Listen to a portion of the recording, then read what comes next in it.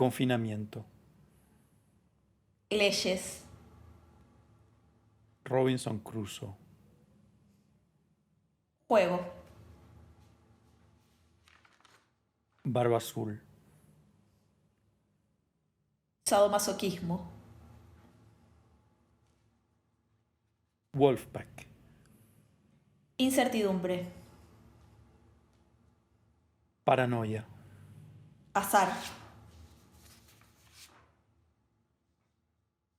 Destino. Desobediencia. Padre. Decadencia. Reproducción. Canibalismo. Cabra. Indio. Mujer.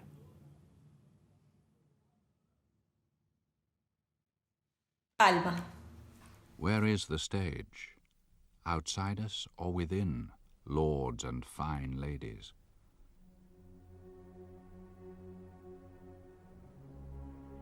We watch each other closely as the song begins.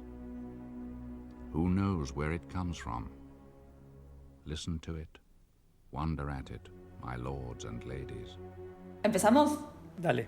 ¿Por qué te parece, Oscar, que en esta circunstancia de confinamiento que estamos viviendo, aun cuando está tan alterado nuestro ritmo y nuestra rutina de vida, seguimos levantándonos a la mañana y duchándonos y limpiando la casa y no estamos, por el contrario, roñosos, en patas, comiendo fideos crudos del paquete? Bueno, primero que nada, porque todavía no llegamos al estado de depresión más severo, ¿no? Más catatónico. Porque no levantarse, no bañarse, comer directamente de la lata de atún es como un signo así como de resignación, entrega a la depresión, ¿no? Entonces no hacemos todo eso primero que nada porque tenemos esto de que sea cual sean las circunstancias, el plan es sobrevivir, porque estamos programados para sobrevivir como individuo y como especie, levantándonos, comiendo lo más sano posible, etcétera, siguiendo una rutina, eso como individuo, y como especie reproduciéndonos. No hay mucho más que eso. Y entonces, sea cual sea la circunstancia, virus, confinamiento, isla desierta o castillo encantado, nos fabricamos leyes propias como para seguir en pie. Justamente lo que hablábamos el otro día del confinamiento y sus leyes como si se tratase de un juego. Dice Caillois que durante el juego las leyes intrincadas de la vida real son reemplazadas por otras más claras y precisas que debemos acatar durante el tiempo y en el espacio que dura ese juego, que transcurre ese juego. Y justamente como vos decís, durante el confinamiento por la pandemia desplegamos nosotros una serie de reglas que respetamos y que de alguna manera, que para mí se me hace asombrosa, intentamos que se parezca lo máximo posible a lo que conocemos. Como si jugásemos a ser nosotros mismos, pero en una versión degradada o confinada. Y esa especie de una constitución... versión Playmobil. Claro, una versión Playmobil. Esa especie de constitución con C mayúscula se la llama nueva normalidad, porque incluso tiene un nombre, ya fue bautizada. Esa especie de Nueva este juego. anormalidad. Normalidad. Igual eso es interesante, lo de los juegos. Para mí, yo lo llevo también al plano artístico. Cada obra de arte, de cualquier género o forma, crea sus propias reglas, ¿no? Y la obra de arte misma es como una especie de juego nuevo que toma prestadas de otras obras las reglas o las crea para una obra en particular. Y en el caso, por ejemplo, de la novela que es el centro de este episodio, que es el Robinson Crusoe, hace un poco lo que estás diciendo, es decir, en una situación muy particular de aislamiento, bastante parecido a nuestro aislamiento viral, pero unipersonal, crea sus propias reglas, porque sin esas reglas no no sobrevive. Y las va creando a medida que va transitando por el asunto, ¿no? Eso también es interesante. Hay dos formas de hacer, bueno, tal vez hay más, pero se me ocurren en este momento dos formas de encarar una obra nueva. Una es la preplanificada, muy típico del cuento, por ejemplo. El cuento, dicen los que escriben cuentos, que tienen como una idea muy precisa de lo que va a ser el comienzo, el final y más o menos el nudo, y después lo ejecutan. Y otra forma es una especie de novela abierta. Yo tengo amigos que escriben novelas y que me dicen, no, yo empiezo una novela y lo único que sé es ponerle el nombre de 3 personajes, y después voy descubriendo la obra a medida que la voy escribiendo. Y en el caso de Robinson, ponele en el caso de Robinson el personaje, Robinson va descubriendo sus reglas para sobrevivir a medida que se van presentando las dificultades. Como en la cocina pasa un poco eso, ¿no? La pastelería versus la cocina, que no es pastelería. Vamos, la pastelería necesitas tener todos los ingredientes con sus medidas exactas, y otros platos podés prepararlos abriendo simplemente la heladera y sacando lo que tenés adentro. Para mí fue muy emocionante leer el capítulo, no me acuerdo el número del capítulo, que es cuando él hace pan. Que ahí tenés como resumidos 50.000 siglos de historia, desde de que dejamos de ser primates a que compramos el pan en la panadería, y él tiene que descubrir todo eso que hace la cultura. La cultura hace que vos no tengas que aprender a hacer pan desde el momento en que transformás el trigo en harina. O sea, ya tenés un montón de pasos resueltos por la cultura que hacen que si se te ocurre hacer pan, bueno, tenés cada ingrediente, tenés el horno, tenés el fuego, tenés el trigo ya molido en forma de harina, y tenés la receta, tenés la levadura, etc. Él no tiene nada de eso. Y entonces él tiene que, él mismo, que para mí es como la parte más fascinante de la novela, que es que el tipo no solo crea su propio reino, sino que el tipo tiene que crear prácticamente de cero muchos aspectos de la cultura que ya están resueltos. Están resueltos porque de eso se trata la cultura, ¿no? De pasarse recetas de generación en generación.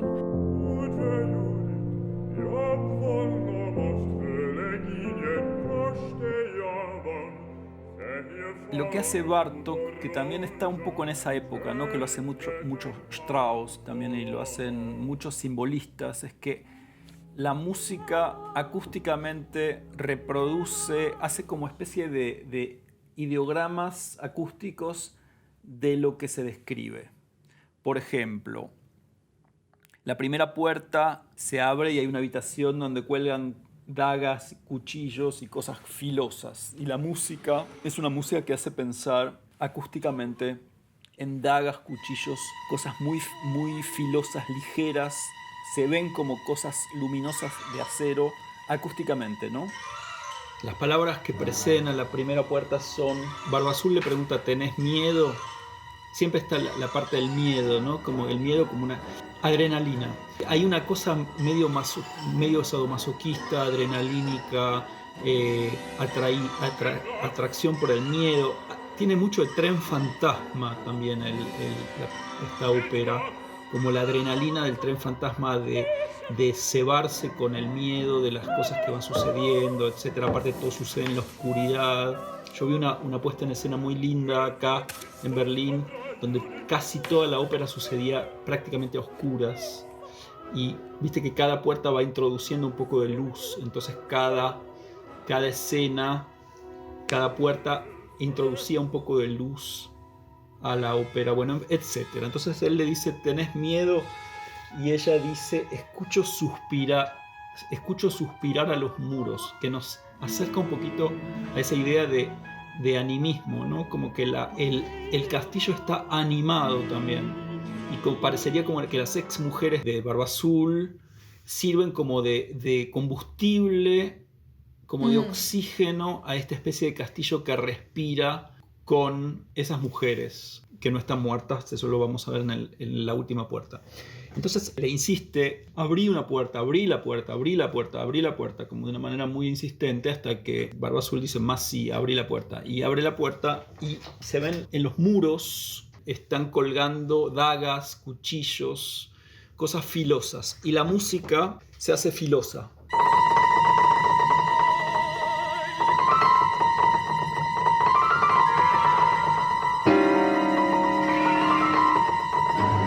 Etcétera.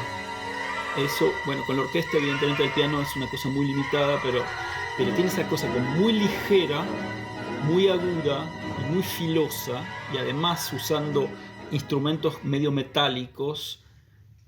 Cuando se escucha la versión orquestal, se escucha el filo. Hay un ensayo que escribió Virginia Woolf hace 100 años sobre Robinson Crusoe, en el que analiza este pragmatismo que tiene la novela como un resultado de la demanda de un tipo de relato de la floreciente clase media británica que lee y gusta de verse reflejada en esas lecturas.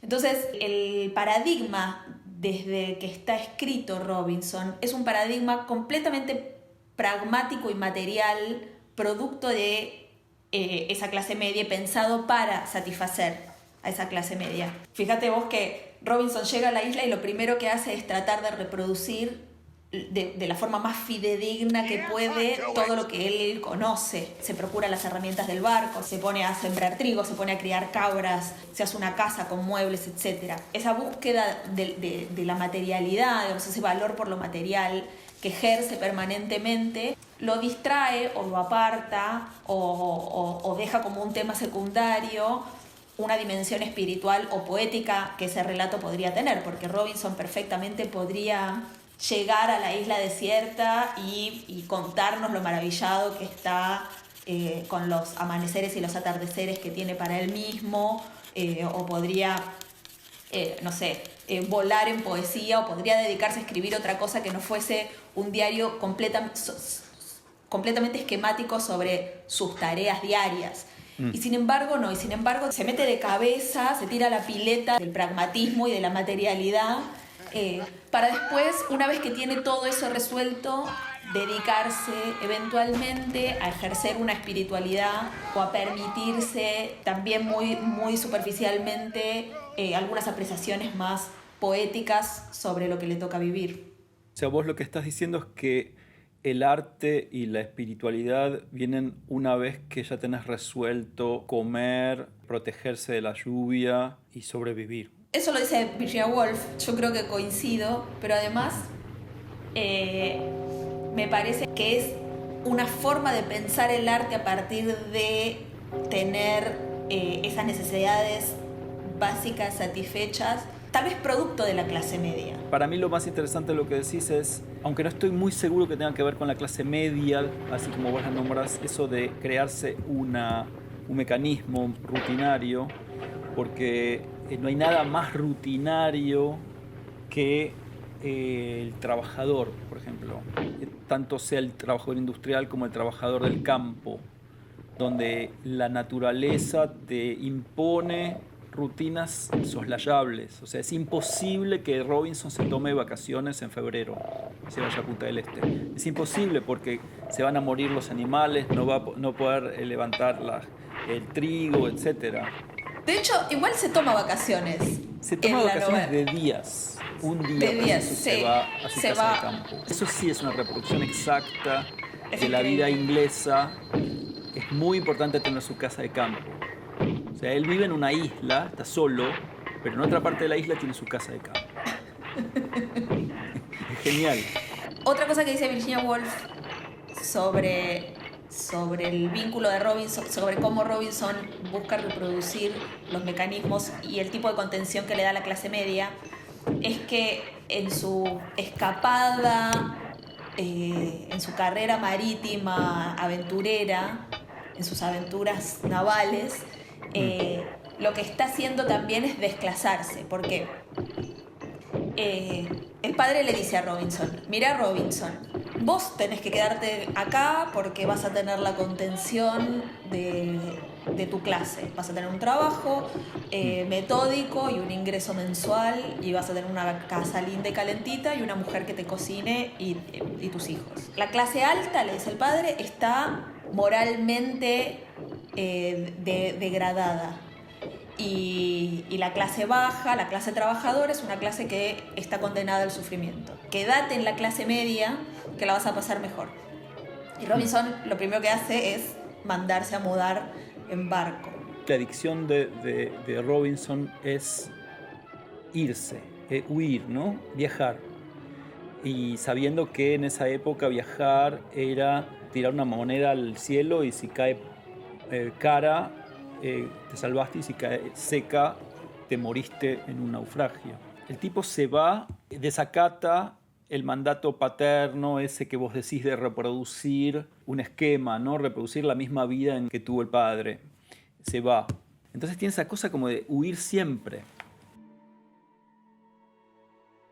Después, cuando entra a la sala de armas, que es la segunda puerta, se escucha como una cosa medio marcial de caserna, ¿no? de una cosa medio castrense. Abre y Barba Azul le pregunta: ¿qué ves? Y dice: eres grande y eres poderoso, Barba Azul. Siempre está la figura del Barba Azul grande, su dominio es grande, su barba es grande, él es grande y es poderoso por lo que es y por lo que tiene. Él insiste: ¿tenés miedo? ¿Tenés miedo? Siempre lo mismo, como una especie de mantra: ¿tenés miedo? Abre y está lleno, es como la sala de armas. Las armas tienen sangre, están impregnadas de sangre. Y la música es una música medio marcial.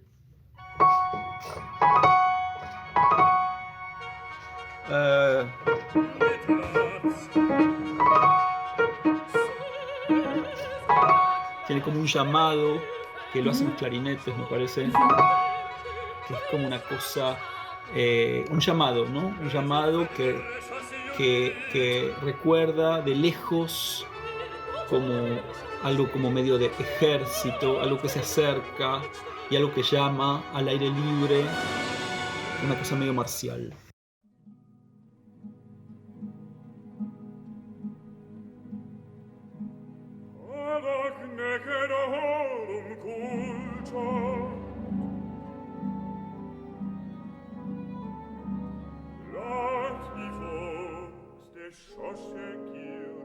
Bueno, es lo que posibilita la historia también, esa inquietud, ese acto de irreverencia. Y eso es lo que motoriza las historias. De hecho, tanto el Castillo de Barba Azul como el documental Wolfpack son posibles o arrancan a partir de un acto de desobediencia motorizado por un acto de inquietud de sus protagonistas. Claro, en el caso de Judith. Se escapa de su compromiso, ¿no? Se estaba por casar y deja futuro marido, padre, madre y hermanos, todos llorando, para irse con un duque sadomasoquista que la encierra en un castillo.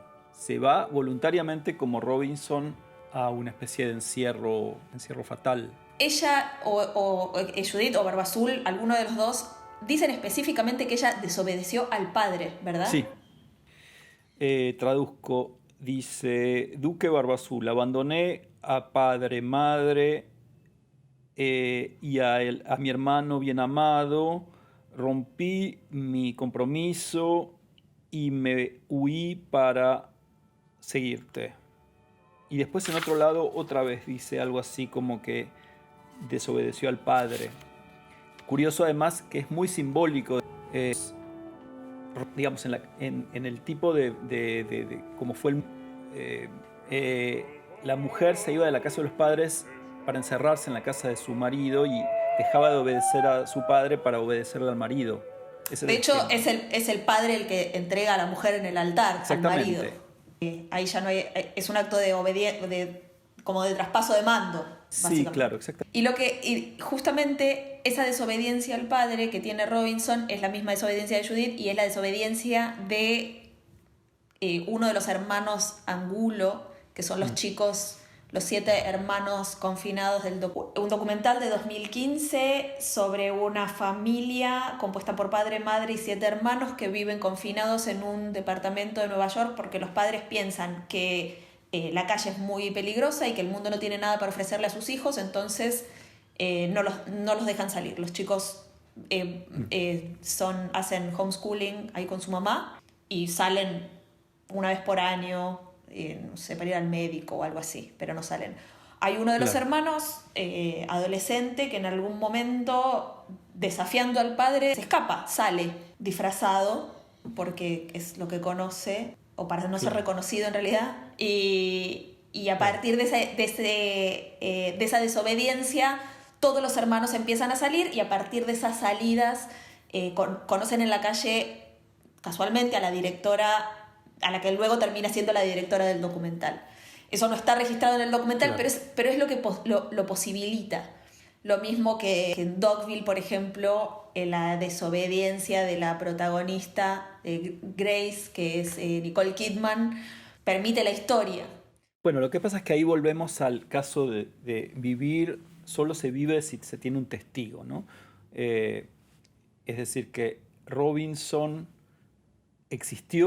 solo existió porque mantuvo un diario. Incluso lo mantuvo pensando que, bueno, si lo más probable es que me muera en esta isla y que algún día en el futuro muy lejano alguien llegue, otro náufrago o alguien, y descubra un cúmulo de huesos y al lado un cuaderno donde se entiende que este tipo creó esa especie de obra de civilización unipersonal en ese lugar. Un poco lo que hace uno de los hermanos Angulo es salir para que alguien lo vea, lo descubra. Aparte sale de una manera muy, muy especial, disfrazado, no me acuerdo, es imposible Halloween. evitar mirarlo. De hecho, creo que como que le tienen miedo y lo interpela la policía, algo así. O sea que de alguna manera alguien lo iba a notar y bueno, estamos acá confinados. Descúbrannos, ¿no? Descúbrannos, estamos en vida, nada, y se encuentran con esta directora que lo que hace es justamente testimoniar, ¿no? Hace un poco de diario de Robinson. Y después tenés lo mismo el caso de los chicos uruguayos perdidos en la montaña después del accidente de avión. Hay uno que se la pasa diciendo me llamo Fernando no me acuerdo cuánto y vivo, y todos se tienen que acordar que repite esa frase tipo loro como para, bueno, existimos, hemos pasado por este mundo. No, está claro, digo, fíjate que yo que sé, la historia nuestra la comparan con la General Motors, que vos decís que tiene que ver con la General Motors, pero bueno, tiene que ver todo lo que tiene que ver con la resiliencia, con la toma de decisión, con la tolerancia a la frustración, con la adaptación al cambio. Bueno, todo eso son cosas que las empresas manejan, o sea que... Pero también bueno, con lo extremo, y la ópera se usa muchos temas que son muy extremos emocionalmente, espiritualmente, etc. sí, yo me acerqué por ese lado al libro, que fue lo primero que mi primer ¿Cuál libro contacto. leíste? ¿Cuál libro de los Viven. 26 que leíste? Viven. Ah, Viven. La película quiso abordar solamente que fue un triunfo nuestro, digo, porque esa es la verdad. Digo, nosotros, como decimos entre nosotros no esperamos a que vengan los helicópteros, nosotros los fuimos a buscar, que es un poco el criterio. Nosotros hicimos que las cosas pasaran, porque el mundo entero nos daba por perdidos, ¿viste? Entonces, Lógico, claro. entonces el director de la película Viven quiso, inclusive los dos pilotos de los helicópteros aparecen con la cara totalmente tapada, no quiso que hubiera nadie del exterior. El adolescente de El Entenado se da cuenta que a él es el único que dejaron vivo de la expedición española y que lo tienen ahí encerrado, confinado en su aldea, y él no entiende, durante toda la novela no entiende para qué lo tienen confinado, cuál es la función. Y la función es que los indios saben que van a desaparecer como civilización. Entonces lo que necesitan es un testigo que cuando vuelva a su lugar de origen haga lo que finalmente hizo, es escribir esa novela y decir, bueno, hay un grupo de indios, o había un grupo de indios en tal coordenada, que bueno, ahora no existe más, pero bueno, gracias a mí siguen existiendo porque yo serví de testigo. Es impresionante la necesidad de confirmar o de justificar en realidad que las penurias pasadas tienen una razón de ser, que es la de la transmisión de esas penurias. Y los chicos de viven encerrados en el fuselaje, congelados, empiezan a contar su historia estando ahí. Primero, como vos decís, uno de ellos repitiendo cada día su nombre y diciendo, y estoy vivo o voy a sobrevivir. Y después hay muchos otros que empiezan escribiéndoles cartas a sus novias y a sus familiares y dándoselas a sus amigos cuando están por morir para que sus amigos puedan entregar esas cartas. Incluso me parece muy fuerte también cuando uno de ellos, que es el único que no hace el pacto con todos de que dona su cuerpo en caso de morir para que se lo coman, y en un momento cede y dice, bueno, está bien, cómanme, ¿no?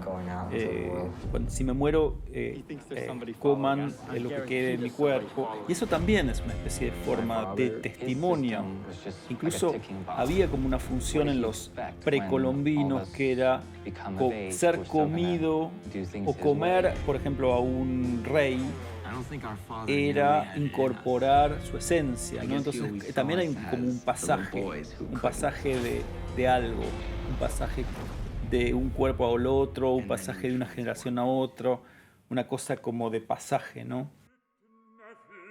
Después entra la tercera puerta, es la sala del tesoro, donde están todas las joyas, y se escucha una música, una celesta que hace como unos acordes muy agudos, y uno ve brillar, con esos acordes de la celesta, ve brillar las joyas de Barba Azul. Es como una especie de fábula en donde Barba Azul tiene que llamar cada vez más la atención de Judith, como cebándola por su poder, ¿no? Entonces primero los cuchillos, etcétera, después las armas, después el tesoro. Le dice, entonces eres muy rico, Barba Azul. Todas estas riquezas van a ser tuyas, dice Barba Azul. Entonces escucha una música donde tenés un acorde fijo. Él hace mucho eso, Bartók. No es una música extremadamente móvil. Siempre hay como una base armónica muy, muy básica. Un acorde de re mayor.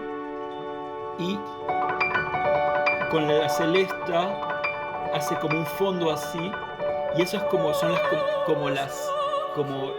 el reflejo de las joyas, ¿no? Y ella canta.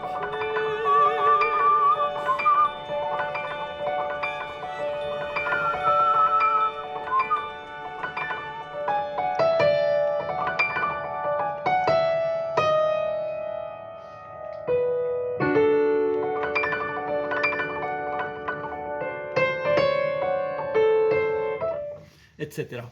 Es una música súper simple, un acorde y como una textura, ¿no? Lo que en música se llama una textura, que sería como una especie de adorno, como azulejos que muestran una situación, nada más, ¿no?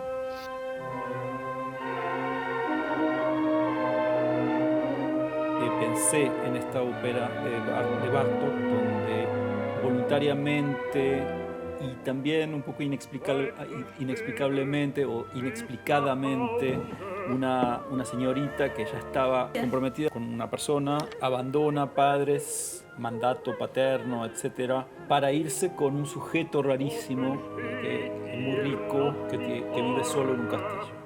Y que además tiene mala fama. Y claro, como cualquier persona que viva sola en un castillo, ¿no? Y ese castillo tiene cosas muy raras, por ejemplo, no tiene luz.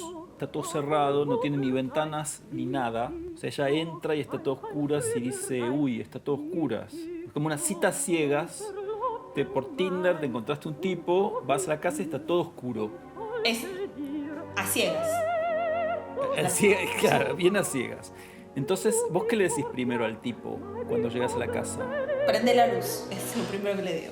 Claro, o al menos abrí una ventana, porque hay mucho olor a huevo, o no sé. Y es lo que le dice ella. Qué raro, está todo muy oscuro. ¿No querés abrir una ventana? Y el tipo le dice, no. Acá las ventanas se quedan cerradas, queda todo oscuro. Y ella insiste, ahora abrí una puerta. Y hay como una obsesión de la puerta. Y la ópera, de hecho, está dividida en 7 aberturas de puerta. Cada etapa de la ópera, como etapas de una vida, ¿no?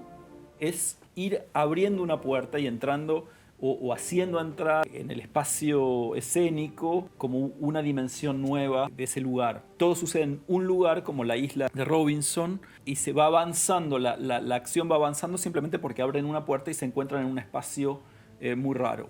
Lo primero que te quería preguntar es ¿qué significa la puerta?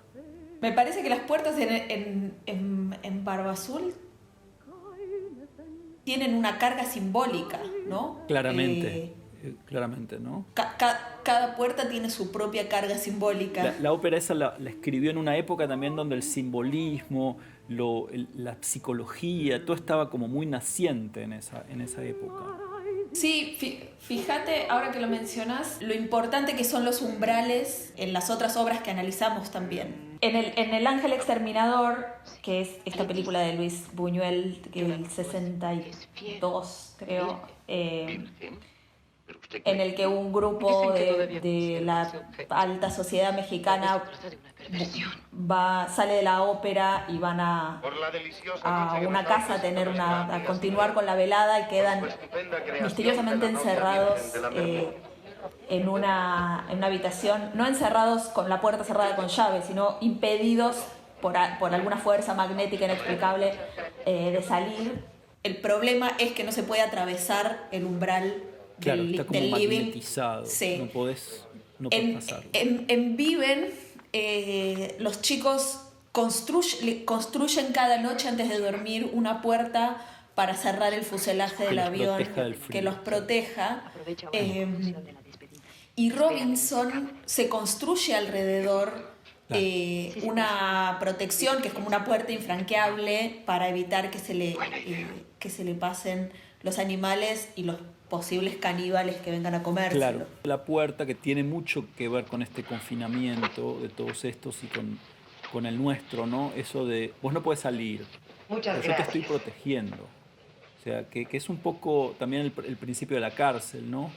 Estamos protegiendo a los que están encarcelados para que no vuelvan a caer en el pecado. A estas horas hasta el color Estamos de los labios protegiendo al mundo desvanece. exterior para que estos sujetos Ahora el encerrados problema es cuidar no les de hagan nuestros algo, amigos. no les roben, Deben no los sentirse contagien, etc. Entonces hay una carga paranoica y en el caso de Barba Azul está la versión clásica que es Barba Azul le da una llavecita a Judith y le dice, mira, esta llavecita es para abrir esa puerta del fondo, pero no la abras. Y es todo lo que hace y se va. Y la deja sola con sus amigas todas locas. Y ella tiene la llavecita y está temblando de deseo de abrir esa puerta porque tiene la llave, pero el mandato del duque, este loco, es que tiene la tentación en la mano pero no la puede usar. En la ópera esa escena, que es como la más clásica del cuento, está como elíptica. Y en realidad ella insiste, quiero abrir la puerta, muy de cuento de hadas, insiste, abrime la puerta.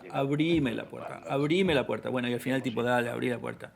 Y abre la puerta, la primera, y de repente está en una sala con dagas, ¿no?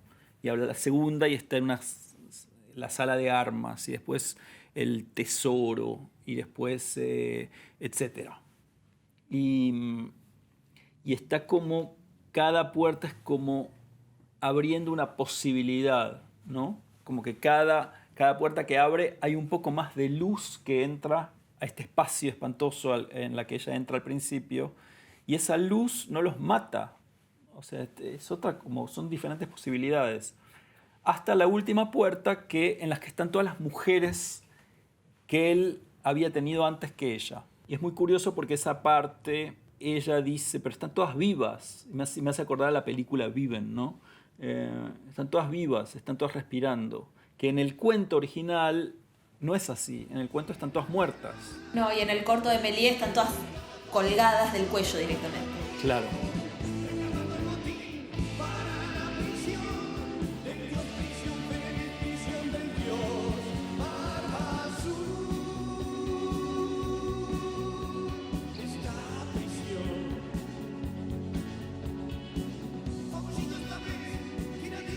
La cuarta puerta abre sobre el jardín Y en la música se escuchan los pajaritos, se escuchan las flores, se escuchan toda esa cosa medio multicolor del jardín. Eso también es como una música muy naturalista, ¿no? Sobre una base armónica muy simple que va oscilando siempre los mismos acordes.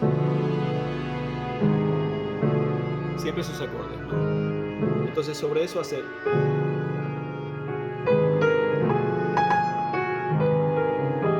Perdón.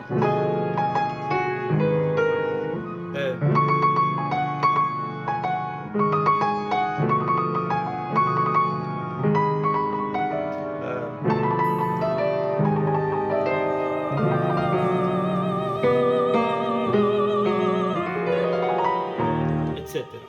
Pero, ¿sabes qué? Hay algo que me transporta al drama de ese jardín, porque si yo no recuerdo mal, ese jardín fue regado con la sangre de las esposas anteriores. Y no es un jardín alegre, es un jardín inquietante, lúgubre. Sí.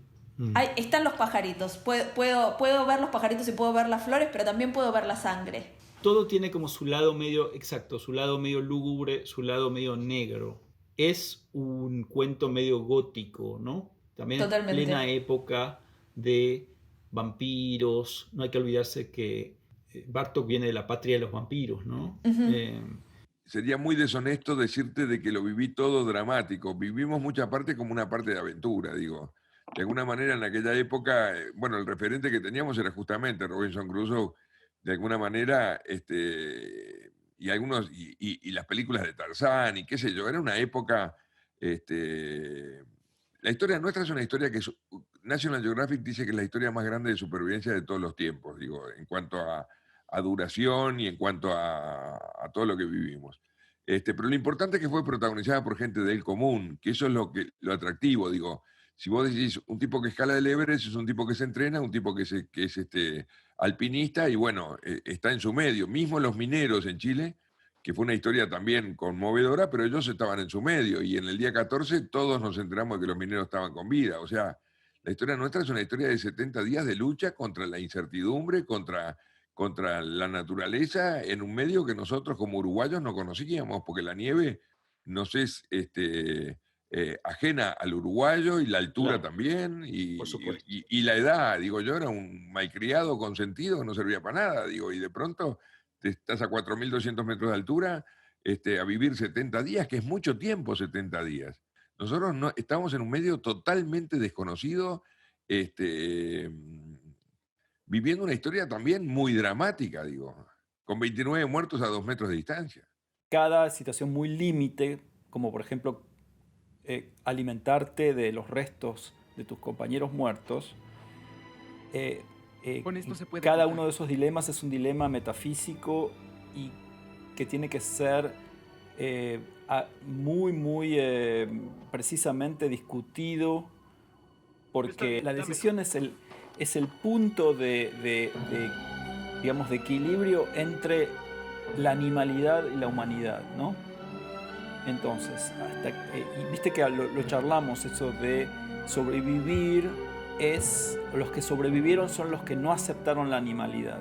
Un principio también que se dio en los campos de concentración, de eso hablaba Primo Levi, ¿no? En Cheomo, que sobrevivieron son los que no aceptaron no comer la ración de sopa del día sin cuchara. Y en el caso de los sobrevivientes de los Andes, nosotros no los matamos para alimentarnos. Lo que hay afuera son las carcasas de nuestros compañeros, pero el alma ya no está en ese cuerpo. En el momento de morirse, el alma salió de esos cuerpos y nosotros nos estamos alimentando de los restos.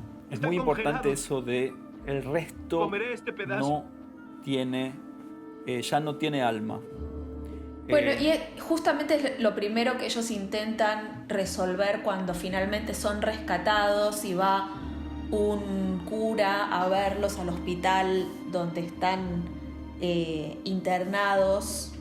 lo primero que quieren saber es si el hecho de haber sobrevivido gracias a la carne de sus compañeros muertos tiene una condena celestial o está justificado por el hecho de haber sobrevivido. Y el cura lo que les dice es la antropofagia está permitida por la iglesia in extremis, ¿no? Mismo es con la comida kosher. El kosher es obligatorio, salvo por caso de necesidad. Y ahí ya tenés como un campo gigante. Bueno, no estoy comparando, evidentemente, la comida kosher a la antropofagia, pero los casos de necesidad están contemplados por las... Viste que hablábamos de juegos y leyes. Si lo que está en juego es morirte o no morirte, el pecado mayor de todos es morirte, es dejarte morir. Entonces, si para evitar un pecado mayor, cometes un pecado menor. Bueno, como en el ángel exterminador, el pecado que cometen, que no llegan a comerse a sus amigos muertos, que sí los tienen, porque primero se muere un médico, pero luego hay una pareja que se suicida. Y ni siquiera, ni Robinson, tras 28 años de soledad en una isla, ni los sobrevivientes del accidente aéreo congelados y desnutridos en los Andes se animaron a eso, a suicidarse. A suicidarse. Sí. Lo que pasa es que el suicidio es una cosa muy urbana. Los que lo mantenía vivo a Robinson y a los Robinson uruguayos, incluso a Judith en el castillo, etc., es la adrenalina. Es como parte del juego estar vivo. Fíjate que lo que cuenta Páez es fascinante, que después de haber sobrevivido en los Andes, el tipo se empezó a empomar con alcohol y con drogas, como que hace todo lo contrario a lo de los Andes. Consistía en sobrevivir, rezar, sobrevivir, escribirle a los padres, prometerle a los padres que no veía, que los iba a ver, etc. Y esa especie de fe lo mantiene en vida. Ni bien vuelve a Carrasco, se empieza a enroscar con la droga, con cosas, porque claro, perdió la adrenalina de la supervivencia. Esto de las leyes y de la necesidad de las leyes, etc., yo lo que insisto con lo del alma de las mujeres y de los indios es porque era un debate muy importante, porque todas las bestialidades que hicieron los cristianos cuando llegaron, por ejemplo, a América y a otras regiones del mundo, ni hablar del África, bueno, todo esto que le estamos haciendo a los indios está justificado porque los indios no tienen alma. Tal cual. La prueba de que no tienen alma es que no saben hablar. El indio, Friday, viernes, el indio de Robinson, él no es que aprende a hablar inglés. Para Robinson él aprende a hablar, como aprende a hablar un loro. Claro. Le enseña primero a decir una cosa, después le enseña a decir otra cosa y al final le lee versículos de la Biblia. Y también lo dice Colón en su diario. Cuando llega a América dice, los aborígenes no tienen lengua. Y la prueba es que yo les dije cosas de la Biblia, les leí en latín y no reaccionaron. No conocen el lenguaje. Bueno, eso en el derecho se llama ficción jurídica, que es la ficción en la que todos coincidimos y nos ponemos de acuerdo para establecer las leyes. Entonces, si todos coincidimos que las mujeres o las cabras o los indios no tienen alma, por lo tanto no tienen derechos, entonces podemos reglamentar más o menos nuestra forma de vida uso. Excluyendo o usándolos como práctico. esclavos o comiéndonos, etc. Los indios no tienen alma, pero los conquistadores no se comieron a los indios y sí se comieron a las cabras que comparten con los indios no tener alma. ¿Y a las mujeres se las comían? No, pero se las cogían. Algo es algo. Después, la quinta puerta es la puerta donde él muestra lo gigantesco que es su dominio, ¿no? Lo gigantesco que es su terreno, ¿no? Y que son los acordes gigantes de toda la orquesta y del órgano, etc. unos acordes así mayores, paralelos, gigantes, y eso se para en un momento, o sea, hay como una secuencia de acordes gigantes, fuertísimo, una pausa y ella habla con una vocecita chiquitita y dice: wow, qué grande que es tu dominio, Barba Azul. Y ese contraste entre esos acordes gigantescos y esa vocecita chiquita hace que el dominio se vea todavía más grande por una cuestión de perspectiva, ¿no? Entonces está...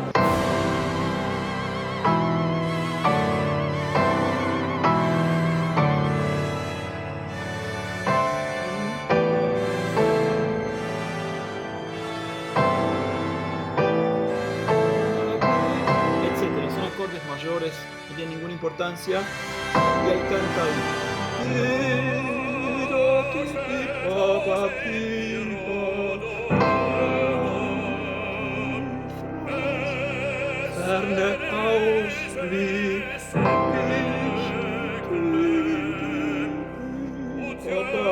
canta muy fuerte, se cierra el acorde y ahí Judith con una vocecita de pajarito dice: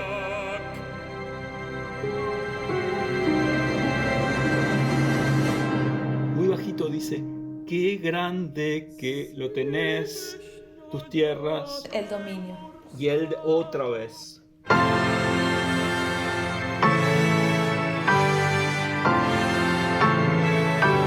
Etcétera. O sea que hay como ese contraste entre lo gigante de Barba Azul y en cada puerta cada vez la quiere impresionar más a Judith, y ella cada vez más como un pajarito aprisionado contra dos paredes que se defiende de la avalancha de curiosidades, ¿no? Es pornográfico casi, es la puerta 5. Sí. En cualquier caso, sirve para impresionar. Claro. Caminhando contra o vento, silêncio sem documento, no sol de quase dezembro. Las leyes, como todos sabemos, son como las leyes de los juegos, se adaptan a la época, al tipo de gobierno, etc. Por ejemplo, esto de mandar gente a campos de concentración o esclavizarlos, o que las mujeres tengan o no derecho a abortar, etc. Son leyes que en un momento son legales y en otro momento son ilegales. O sea que eso de mandar judíos a hornos crematorios era perfectamente legal. Y salvarlos era ilegal. Y liberar un indio de la esclavitud era ilegal y después pasó a ser legal. O sea que las leyes son como los juegos, ¿no? Son como paréntesis en los que nos ponemos de acuerdo y decimos, bueno, esto es legal, esto no es legal. Para acercarnos a lo otro de lo que quería hablar con respecto al alma, es la base de los vegetarianos y los veganos, es asociar a las especies vivas, animales, a lo humano. Es decir, yo no me como una vaca porque para mí un mamífero está dentro del mismo reino que yo y es parte del canibalismo, comerme una vaca. Claro. O sea, comerme una vaca y comerme a un compañero de un accidente de avión son categorías parecidas. Nada que tenga rostro, ¿no? Es o respiras, o alma. Porque por ejemplo, era una gran discusión si los animales tienen alma también. Porque si el alma es el soplo, los animales tienen alma. Hablábamos con Carlitos Páez sobre la presencia de Dios y el ejercicio de la espiritualidad cada vez más fervoroso durante ese confinamiento. Y pensábamos también cómo Dios se hizo presente para ellos al momento de decidir si seguir vivos, comiéndose a sus compañeros o morir de inanición. Claro, Entonces, ¿cuál es el pecado peor? ¿cuál es el ¿Dejarse pecado morir peor? o comerse los comerse muertos? a un amigo. Entonces, justo los dos escenarios, o sea, el dilema moral que se les plantea ahí está directamente vinculado con Dios. Es eso, es elegir qué pecado cometer. Honestamente, y te pongo el ejemplo de Parrado, que perdió su madre y su hermana, es tal el instinto de supervivencia que yo, por ejemplo, a mis amigos no los lloré en los Andes, los lloré cuando llegué a Montevideo. Y Parrado le pasó lo mismo, con su madre y con su hermana, con quienes tuvo que convivir durante 70 días a 3 metros de distancia. Este, pero digo, es tal el instinto de supervivencia que pensás más en vos que en los otros. Como yo ¿Y digo, yo cuánto no... te deja pensar el hambre, por ejemplo? Te deja pensar poco, la verdad que te deja pensar poco. Pasa a ser una de las cosas eh, fundamentales. Digo, el hambre fue bestial. Nosotros además nos pasamos los 10 primeros días sin comer absolutamente nada. O sea que ya era un hambre diferente, era un hambre que sabés que si no comés te morís. Esa es la realidad, digo. Pero después, cuando empezás a comer, no. Es una cosa de no. Es un poco. Es un poco una animalización de alguna manera, que justo hoy hablábamos de eso. Por supuesto que no había que perder, por lo menos para mí, no había que perder las cosas más básicas de la educación, pero era una animalización del ser humano. Dios reemplaza la ley. Viste que en el judaísmo la ley, Dios y la ley es lo mismo, y la ley no se discute porque es la ley. O sea, ¿por qué no me puedo comer un cerdo? No tiene nada que ver, absolutamente nada que ver con la sanidad, con nada. No me lo puedo comer porque la ley dice que no me puedo comer un cerdo, y no se discute.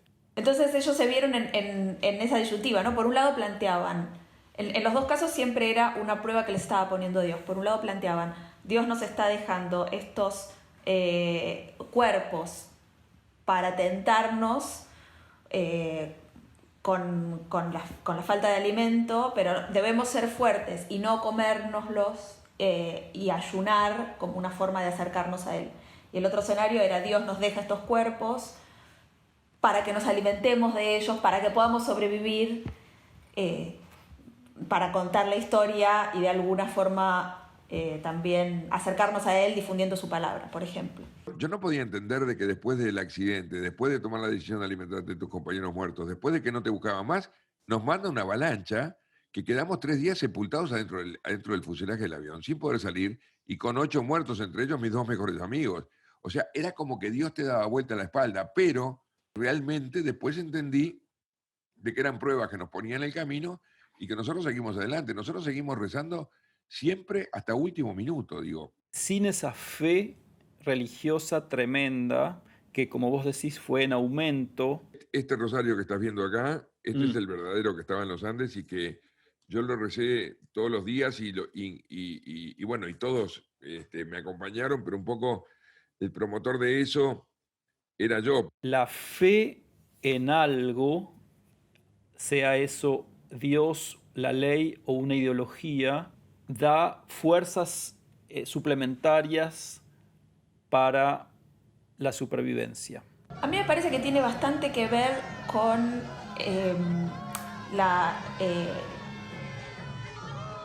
necesidad de encontrar patrones para ordenar el caos que nos propone el azar. Digamos, ante un evento azaroso, los humanos tenemos la tendencia a buscar rápidamente patrones, conexiones posibles para encontrar un orden en ese caos que es muy angustiante y sobre todo también para poder proyectar para combatir la incertidumbre que propone ese caos. Entonces hay una serie de conductas que solemos desplegar cuando nos enfrentamos al azar, que es justamente esa, la de buscar una serialización y tratar de encontrar en esa serialización el sosiego del orden, ¿no? Esta conducta se llama apofenia y es como una tendencia a buscar patrones de repetición o conexiones posibles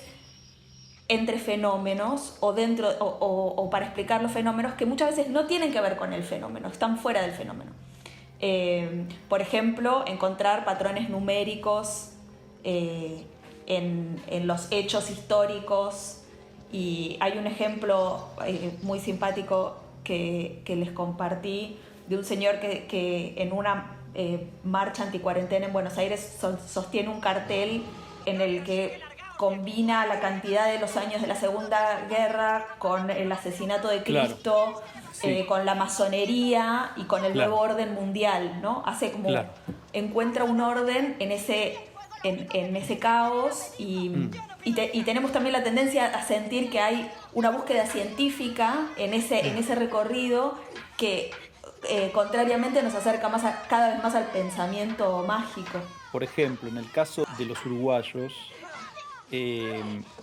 lo que sucede, hay una cosa que dice Páez, que es cuando se despierta inmediatamente después del accidente y le dice a su compañero de al lado, esto es lo que se llama un desastre. Para entender las cosas hay que ponerles etiquetas, ¿no? Hay que traducirlas en palabras, que es la base como del psicoanálisis, ¿no? Vos tenés un problema, no entendés nada y a partir de nombrar cosas y de traducirlo en palabras, lo empezás a ordenar. Bueno, Dios es, en ese sentido, Dios es el gran patrón.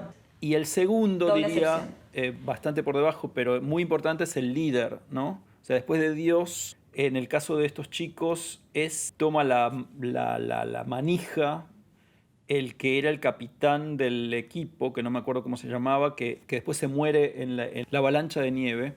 Sin ese chico no sé qué hubiera sucedido. Seguramente lo hubiera agarrado otro, pero bueno, es muy necesario la presencia de un ordenador que es como que en todos los grupos, en casos así como muy extremos, y es más, en los países, etcétera, se necesitan esa especie de líderes que van guiando. Vos fíjate en el caso de la cuarentena planetaria, cómo se reforzó, al menos durante un par de meses, cuando duró la parte más delirante del confinamiento, se reforzó una cosa que estaba muy en crisis, que era el rol del Estado. Se necesitaba un presidente, un Estado, instituciones, etc. La gente empezó como a creer un poco más. Y por eso también los países con líderes más delirantes entraron en una crisis más profunda. Y con respecto a nuestra historia, lo quería conectar con la idea del padre, ¿no? Y es tan importante, ¿no? para Robinson, el padre de Friday, que aparece en un momento como una especie de extra, así medio absurdo.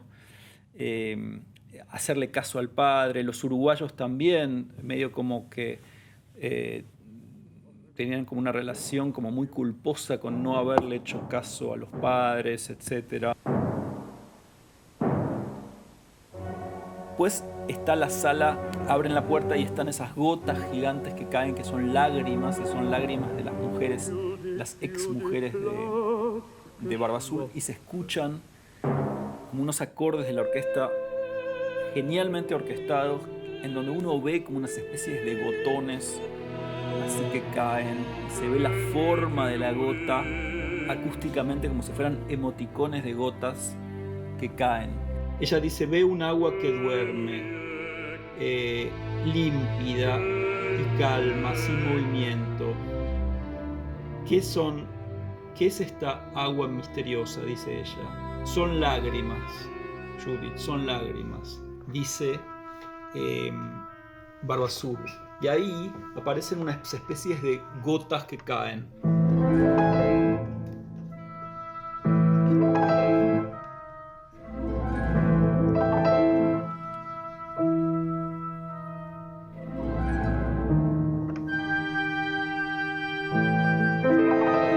Viste que son como... Y eso con la orquesta es todavía más maravilloso, porque vos ves caer como unas especies de gotas. Es como una cascada, ¿no? Suena a cascada. A cascada o a cualquier cosa líquida que cae. ¿No? Qué porno también. Los hermanos del documental de Wolfpack, el padre en el documental, el padre de los chicos, que es el que les impide salir, tiene una autoridad absoluta sobre ellos, hasta el momento en el que ese liderazgo se diluye, se ve confrontado por el hermano adolescente que es el que se anima a salir y que de alguna forma absorbe también la atención y la adoración de los hermanos. Que es que porque uno se animó a salir, entonces todos se animan a salir y lo siguen a ese como si hubiese destronado a su padre. Bueno, viste que a veces sucede en las familias, el hermano mayor, que es el heredero. Bueno, él no es el hermano mayor, pero no importa. No, pero es el más fuerte. El heredero es como un padre potencial y un padre sustituto. Acá claramente hay como una sustitución del padre. El padre, en el momento en que el hermano sale y se confronta con el mundo y después arrastra a sus otros hermanos a salir, el padre desaparece. Ya está. Perdió toda la... De hecho es muy impresionante porque en el documental está siempre en su habitación, el padre, mirando la tele. Está, claro, lo encerraron, como que lo metieron en una especie de urna y ya desapareció. El padre que está, pero no está. En el Ángel Exterminador hay también, es el dueño de casa el que ocupa el lugar del padre, es el que posibilita esa velada y al mismo tiempo es el primero que culpan los hombres cuando ven que no pueden salir de ese lugar. Bueno, como los uruguayos, como decía Páez, nunca insulté tanto a Dios como cuando estábamos en esa situación. Fue el más insultado, fue Dios. Y alguien Claro. me preguntaba en una conferencia, ¿cómo tú que hablas de Dios podías insultarlo? Y yo le contesté, yo no insulto a quien no existe. Que es verdad, yo no puedo insultar a alguien que no existe, yo puedo insultar a alguien que existe. Hubo una impericia por parte de los pilotos desde el momento en el que prefieren atravesar los Andes en un horario que saben que es perjudicial antes que volver porque no quieren enfrentarse a los rugbyers y a las familias que los van a insultar porque Exacto. el avión tuvo fallas. Es un momento de fragilidad y un poco de irresponsabilidad. Esa irresponsabilidad es la que directamente provoca el accidente. Claro. Pero ellos parecieran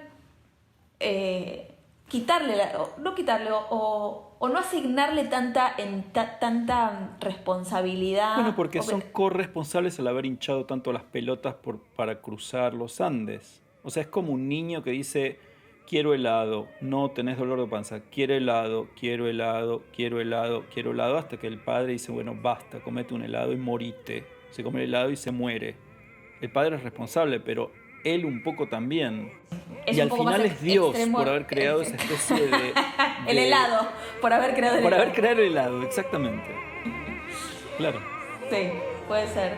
Pero Dios, pensándolo de esa manera, como una función muy importante, no solo en la desgracia, sino también en la cantidad de casualidades tremendas que hacen que, a pesar de esa situación completamente desquiciada, haya habido 16 personas que se salvaron. Y porque vos tenés que sobrevivir a que un avión, las dos alas se les haya despegado, haya volado en el vacío y haya caído justo en un lugar en donde no se rompe completamente. Después, tenés que haber sobrevivido al hambre y al frío ese tremendo con ropa de Montevideo del mes de octubre. Claro, y tenés que haber sobrevivido encima de todo eso a una avalancha que sepultó lo que quedaba de los restos del avión durante 3 días, conviviendo con la mitad de la gente muerta al lado tuyo. Si en esa circunstancia no crees en Dios, no tenés corazón, ni alma, ni nada. O sea, ¿hasta qué punto podés ser racional? Podés ser agnóstico. ¿Viste que hay con un personaje en el libro, no me acuerdo el nombre, que Algorta. se niega a rezar porque él es ideológicamente agnóstico? Hasta que en un momento dice, más sí, me cago en Dios y empieza a rezar. Y la última puerta, la séptima, es la puerta en donde están las mujeres respirando apenas, que ella dice, pero están vivas. Y es una música tal vez un poco menos de emoticón, como Las Gotas, pero más de película de terror, ¿no? Donde tenés una música muy metálica, que se ve como el escalofrío, se ve acústicamente el escalofrío tremendo que puede tener una mujer al ver un montón de cuerpos de mujeres respirando apenas así, como pescados boqueando fuera del agua, ¿no?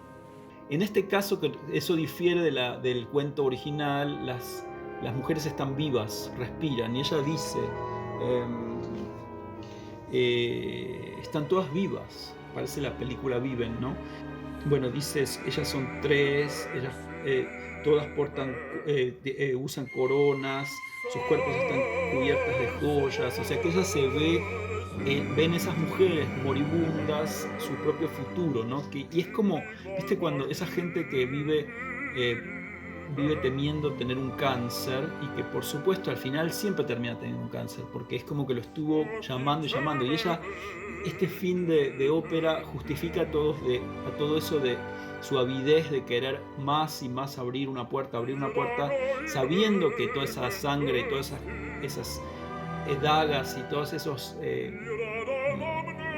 muros que respiran, etcétera, está como anticipando su propio fin, pero ahí está justamente esa adrenalina que ella quiere transformarse en esa especie de cosa moribunda. Una parte está esta cosa medio lúgubre.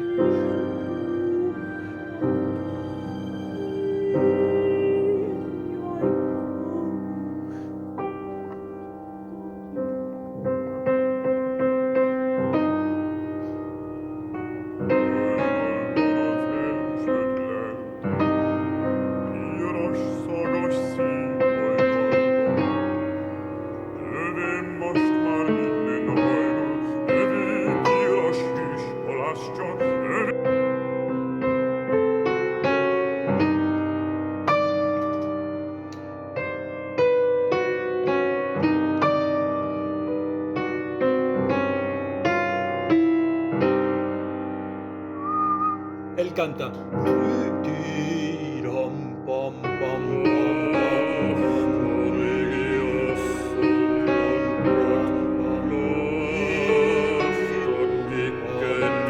Y acá aparece la música de ella cuando tiene miedo, y aparece esta música tremenda que es...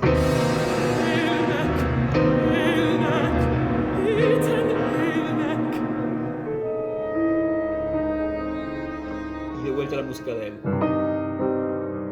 Él tiene como una especie de calma, la calma del propietario, ¿no? Como que, bueno, ya te mostré todo lo que te podía mostrar, y tiene como ese regocijo de mostrarle lo fundamental de toda la ópera, y ella tiene esa especie de escalofrío tremendo de finalmente llegar a la cosa más horrible de todo, que son las mujeres moribundas, y tiene esa música... etcétera. Que es algo que ella ya sabía desde el comienzo, porque ella entra al castillo diciéndole: Barba Azul, la gente habla mal de vos, claro, dice que mataste a tus mujeres. Sí, y es curioso porque ella quiere ir a esa... Sí. Hay como una especie de atracción de la muerte y una cosa como muy... medio suicidaria, ¿no? Sí, también es un mensaje moralizante para las mujeres. Claro. No desobedezcas a tu padre, no seas curiosa, no vayas a hacer cosa. Exactamente. Y que se parece mucho a lo como habíamos dicho, a lo de Robinson, de no desobedezcas a tu padre, no te vayas de viaje, el viaje es peligroso, y bueno, terminas en una isla desierta. A mí la ópera de Bartók también me gusta mucho porque es también una época en donde el mundo tenía como... ¿Viste? Se parece bastante a nuestra época. Nuestra época hace años que desea una catástrofe. ¿Viste? Que hay como anuncios de apocalipsis. Y hay tanto anuncio de apocalipsis que uno ya es como que, bueno, dale, mándamelo el apocalipsis. O sea, no lo quiero solamente verbal, quiero ver sangre. Y está todo ese anuncio de la Primera Guerra Mundial, que fue un apocalipsis absoluto, la Segunda Guerra Mundial, que fue todavía peor, y había como un deseo de catástrofe. que cada tantos años, cada X años, el mundo necesita sacrificar a la mitad del mundo como para purificarse y empezar de vuelta. Yo veo un poco eso. Qué tétrico. No sé si encerrada acá en mi casa quiero pensar en eso ahora. Claro. Sí, igual viste que si estás en miedo. tu casa, todo lo que pase afuera no te va a llegar. Te va a llegar solamente en forma de tweet. Bueno, sí, pero justamente, digamos, porque no se puede ver, entonces la imaginación juega un rol muy poderoso y muchas veces muy perjudicial. Bueno, porque en no puedo realidad dimensionar la es como, catástrofe. viste que, por ejemplo, en Francia, la gente que vota más masivamente a los partidos anti-inmigrante vive en pueblos en donde no hay ni un solo inmigrante, ni hubo nunca, ni va a haber nunca, porque ¿quién quiere ir a esos pueblos? Pero lo ven todo por la tele. Claro. Y eso lo hace como todavía mucho más tétrico y peligroso y etcétera que lo que sucede realmente en el mundo exterior. Las ciudades, que es donde están todos los inmigrantes, votan en general a partidos normales. Exacto. El único que tiene ese final más o menos feliz de todas nuestras historias lúgubres de confinamiento es la del Wolfpack, porque desobedecen al padre, salen al exterior y se dan cuenta que era todo un verso y que afuera era mucho menos peligroso que adentro. Sí, de hecho hay si buscas en YouTube hay una cantidad enorme de videos de ellos recorriendo el mundo, porque después, como los chicos de Viven se transformaron en celebrities y los fueron invitando a distintos festivales de cine, etcétera, y ellos mismos por querer profesionalizarse en el cine también hicieron su recorrido. Bueno, como los uruguayos también, ¿no? Que se volvieron como promotores felices de su historia tremenda. Exacto. Hay un momento en el documental que es increíble y espeluznante a la vez. Ellos tienen, para las escenas de las películas que filman, fabrican toda la utilería también y fabrican armas. Las armas hechas también con cajas, con cosas de la casa, pero muy sofisticadas. Pistolas con cargador, con sus partes desarmables, muy reales, aunque de juguete. Y por alguna razón alguien del vecindario los habrá visto por la ventana y ven que hay armas en esa casa, y un día cae la policía de verdad a allanar la casa. Cierto. De verdad. Entonces eso es otro de los encontronazos que tienen antes de empezar a salir con la invasión del mundo exterior. Con el mundo exterior, exacto. Viene la policía, como en las películas que ellos vieron, y los ponen contra la pared. Que es el gran temor de Robinson también, ¿no? Exacto. Viste que Robinson, su gran paranoia, o sea, primero le molesta estar solo en una isla, pero a su vez más le molesta la idea de que caiga un indio del exterior. Y su primer encuentro con el mundo exterior, en su caso no es la policía o estos pobres chicos, sino una huella de pie humano en la playa, sobre la arena, ¿no? Como un emoticón de pie. Bueno, y nada, y se resigna a que no está solo en la isla y pasa de ser de estar desesperado porque vive en la peor de las miserias, solo, a estar completamente perseguido, paranoico por la presencia de otra persona en su propiedad que seguramente va a ser antropófago. Claro. Y me parece muy eficaz en la novela, no sé qué pensás, que ese peligro venga en forma de dibujito. Y no en forma... Él no ve... Lo primero que ve es eso. No ve indios, no ve barcos, no ve nada. Ve una especie de sello de pie en la playa. Me interesa lo de la huella por su carácter de emoticón, para engancharlo con otra situación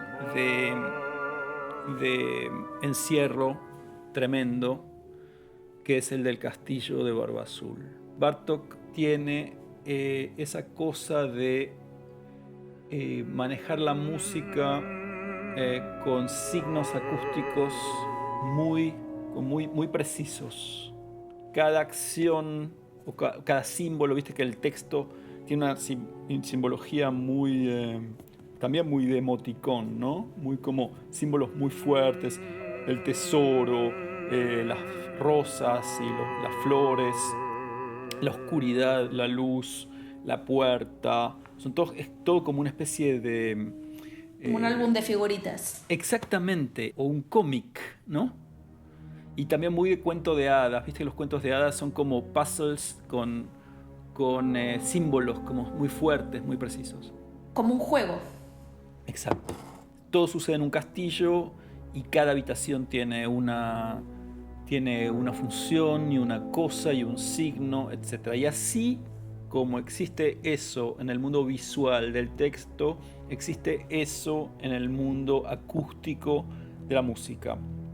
Es una de las óperas, en mi opinión, más disfrutables acústicamente, sin puesta en escena, porque toda la puesta en escena está pensada acústicamente por el compositor.